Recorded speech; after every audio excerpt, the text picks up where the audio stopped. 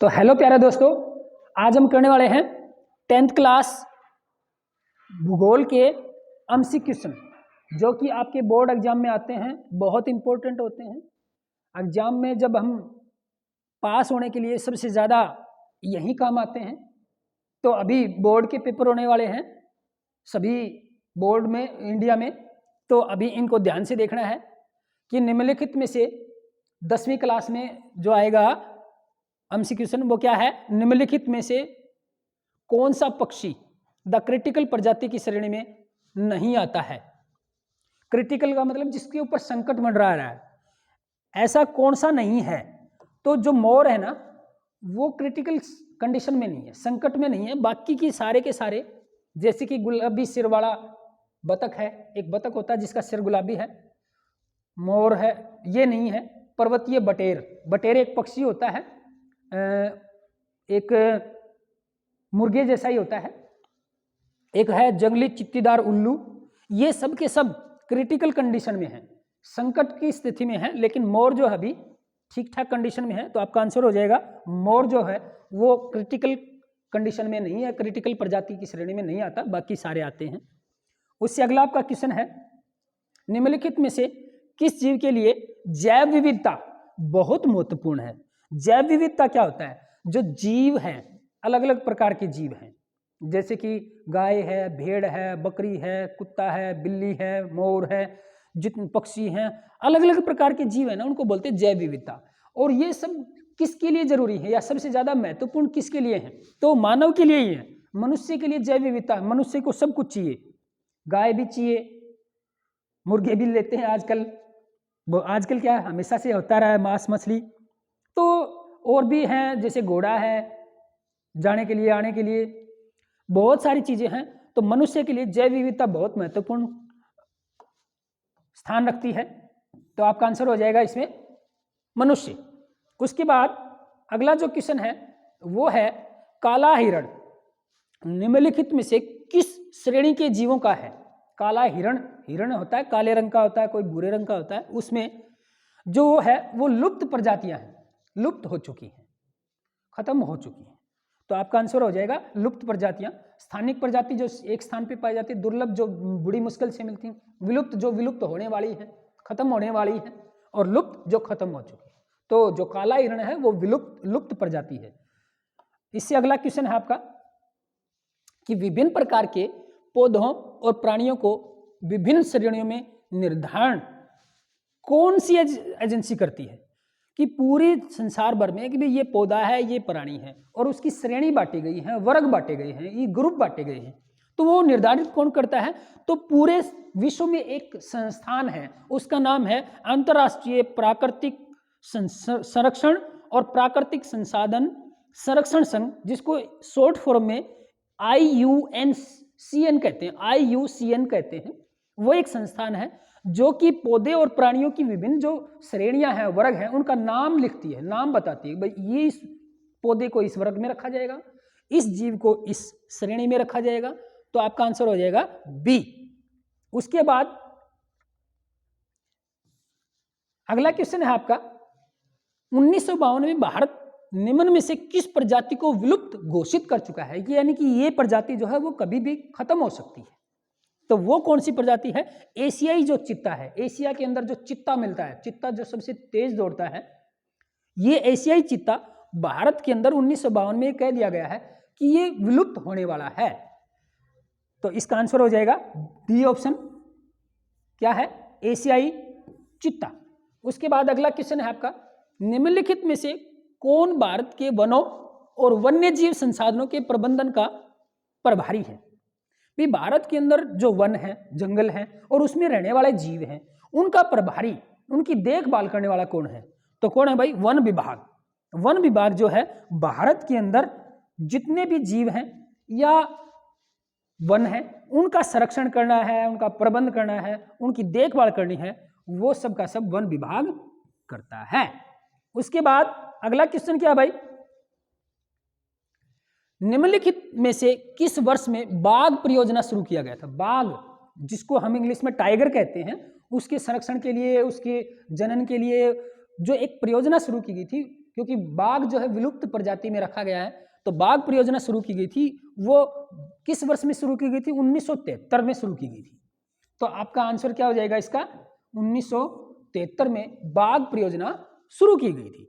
उसके बाद अगला क्वेश्चन है कि निम्नलिखित में से किस राज्य में स्थायी जंगलों के तहत सबसे बड़ा क्षेत्र है? यानी कि भारत के अंदर जो राज्य हैं उसके अंदर जंगलों के लिए जगह दी गई है। तो मध्य प्रदेश को जंगलों का राज्य भी कहा जाता है, उसमें बहुत सारे वन हैं। तो भारत के अंदर सबसे ज्यादा जो स्थायी जंगलों के लिए तहत सबसे बड़ा जो क्षेत्र रखा गया था वो किस में रखा गया था? मध्य प्रदेश में। तो आपका आंसर हो जाएगा कि मध्य प्रदेश के अंदर स्थायी जंगलों के लिए सबसे ज्यादा क्षेत्र रखा गया है। उसके बाद अगला क्वेश्चन है कि हिमालयन यव क्या है? एक नाम है हिमालयन यव, एक पौधा होता है और उसका नाम, जैसे बहुत सारे जीवों के नाम हैं, इसी प्रकार एक हिमालयन यव नाम का क्या होता है? एक औषधीय पौधा है जिससे दवाइयां बनाई जाती हैं। तो आपका आंसर हो जाएगा हिमालयन यव क्या है? एक प्रकार का औषधीय पौधा है। उसके बाद अगला क्वेश्चन क्या है कि 1991 में सुरक्षित प्रजातियों की सूची में पहली बार, सुरक्षित मतलब जिसको बचाना है, सुरक्षा देनी है क्योंकि वो खत्म हो सकते हैं, पहली बार किस प्रजाति को शामिल किया गया था? पहली बार सन 1991। तो सबसे पहले हमने, जो भारत सरकार था, उन्होंने कहा था कि पौधे जो हैं उनको सुरक्षित प्रजाति के रूप में रखा जाए, कि सबसे पहले पौधों को बचाओ, सबसे जरूरी है मानव जीवन के लिए, हर जीव के लिए पौधे जरूरी हैं। तो पौधों को सन 1991 में सुरक्षित प्रजाति को सबसे पहली बार सूची में रखा गया था। उसके बाद अगला क्वेश्चन है आपका कि वन और बंजर भूमि जो सरकार, व्यक्तियों और समुदाय, समुदाय मतलब कोई संगठन है, कोई लोगों का समूह है, के स्वामित्व में होते हैं, उन्हें क्या कहते हैं? अवर्गीकृत। एक तो था वर्गीकृत वन, जिसको वर्ग में रखा गया, भाई ये जगह है वर्गीकृत, कुछ इससे दिया गया है वर्गीकृत वन। लेकिन अगर सरकार के अधीन है या किसी व्यक्ति के है या किसी समुदाय के अधीन अगर कोई या स्वामित्व, उसका मालिकाना हक है, तो उसको हम अवर्गीकृत वन में रखते हैं। तो आपका आंसर क्या हो जाएगा? अवर्गीकृत वन जो होते हैं वो सरकार, व्यक्ति या समुदाय के पास जो वन वाली भूमि है और जो बंजर वाली भूमि है वो आती है। उसके बाद अगला क्वेश्चन है आपका कि निम्नलिखित में से कौन सा एक विलुप्त प्रजाति है, यानी कि लुप्त होने वाली है? तो इसमें पहले भी आया था, एशियाई चीता जो है वो विलुप्त होने वाला है, खत्म होने वाला है, और बाद में हमने इसको निर्धारित भी कर दिया था कि ये विलुप्त होने वाली प्रजाति है। उससे अगला क्वेश्चन है आपका कि निम्नलिखित में से कौन सा स्थानिक जाति का उदाहरण है? स्थानिक मतलब एक स्थान पर कोई प्रजाति या कोई जाति मिलती है और वो दूसरी जगह नहीं मिलती, तो उसको बोलते हैं स्थानिक प्रजाति। तो निकोबारी जो कबूतर है वो केवल निकोबार में पाया जाता है, इसलिए उसको हम स्थानिक प्रजाति के रूप में व्यक्त करते हैं। तो आपका आंसर हो जाएगा निकोबारी जो कबूतर है वो एक स्थानिक जाति का उदाहरण है। बाकी जो ने वो हर जगह लगभग पाए जाते हैं, जैसे एशियाई है पूरे एशिया में पाया जाता है। उसके बाद अगला क्वेश्चन है कि चिपको आंदोलन का उद्देश्य क्या था? देखो चिपको आंदोलन था क्या कि एक बार एक जगह पेड़ों को बचाने के लिए कुछ लोगों ने पेड़ों से चिपक के, क्योंकि एक ठेकेदार था वह पेड़ों को काटने आया था और पेड़ों को काटने के काटोगे तो वहां का पर्यावरण खराब हो जाएगा, इसलिए उस पेड़ों को बचाने के लिए वहां की जनता उन पेड़ों से चिपक गई कि अगर पेड़ों को काटोगे तो हमें काटना पड़ेगा। तो उसको हमने चिपको आंदोलन नाम दिया था। चिपको मतलब पेड़ से चिपक गए। तो वह आंदोलन क्या था, मुख्य उद्देश्य क्या था उसका? जंगलों को बचाना। तो उसका आंसर क्या हो जाएगा? वन संरक्षण, वनों को संरक्षण, सुरक्षा देने के लिए चिपको आंदोलन शुरू किया गया था। तो आपका आंसर क्या हो गया? वन संरक्षण के लिए चिपको आंदोलन का उद्देश्य था। अगला क्वेश्चन है आपका, सरसरिका वन्य जीव अभ्यारण्य किस राज्य में है? देखो नाम से पहले समझा करो क्या है कि वन्य जीव अभ्यारण्य क्या होता है? ऐसा जगह जहां पे वन्य जीव, वन के अंदर, जंगलों के अंदर रहने वाले जीव हैं, उनको सुरक्षा दी जाती है। वहां पे ना तो कोई व्यक्ति उनका शिकार कर सकता, ना उनको पाल सकता या मार सकता, केवल सुरक्षा दी जाती है। ऐसी जगह को हम वन्य जीव अभ्यारण्य कहते हैं। जंगलों के में खुले रूप से क्या कर देना, जंगली जीवों को छोड़ देना, उसको बोलते हैं वन्य जीव अभ्यारण्य। और भारत के अंदर बहुत सारे वन्य जीव अभ्यारण्य हैं, जिसके अंदर एक नाम है सरिस्का, और वह है राजस्थान के अंदर एक वन्य जीव अभ्यारण्य सरसरिका। सरिस्का वन्य जीव अभ्यारण्य है और वो राजस्थान में पाया जाता है। तो आपका आंसर हो जाएगा कि राजस्थान के अंदर सरिस्का वन्य जीव अभ्यारण्य मिलता है। उसके बाद उसके आगे अगला क्वेश्चन है, भारत में वनस्पतियों की कितनी प्रजातियां पाई जाती है? वनस्पति जितनी भी पेड़ पौधे हैं, औषधीय पौधे हों चाहे पेड़ हों चाहे कोई भी पौधा हो, वो कितनी प्रजातियां हैं? लगभग 47,000 प्रजातियां भारत के अंदर पाई जाती हैं वनस्पतियों की। उसके बाद अगला क्वेश्चन है कि बीज बचाओ आंदोलन क्या था?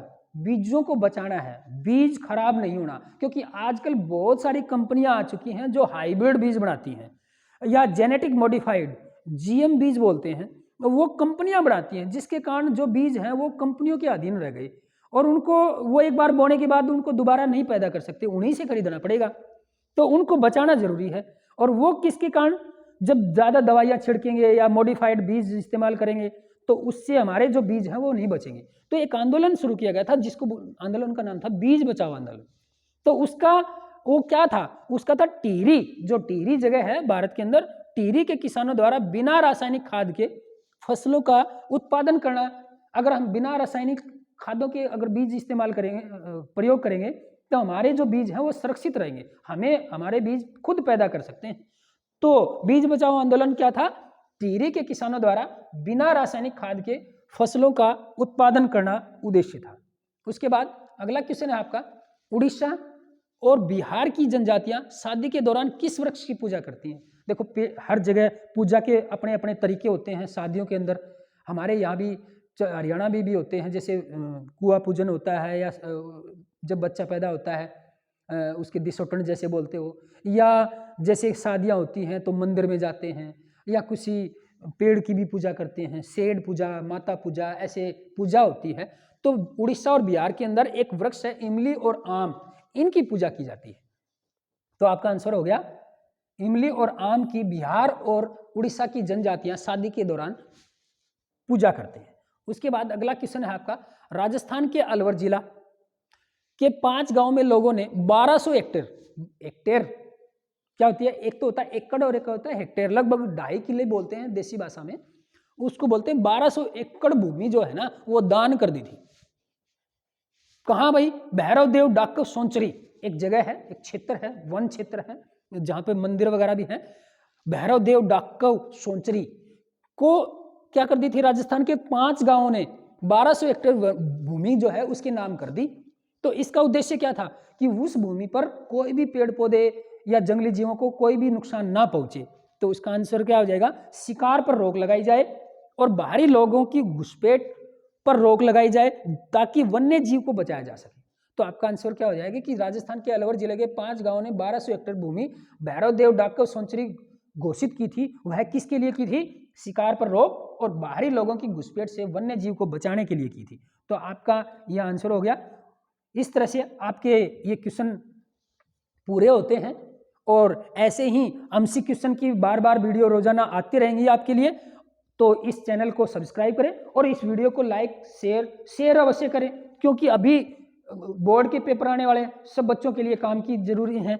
अपने दोस्तों मित्रों सबको इसको शेयर करो ताकि सब पास हो जाएं अच्छे से अच्छे नंबरों के साथ। तो इस वीडियो को देखने के लिए बहुत बहुत धन्यवाद। Thank you very much.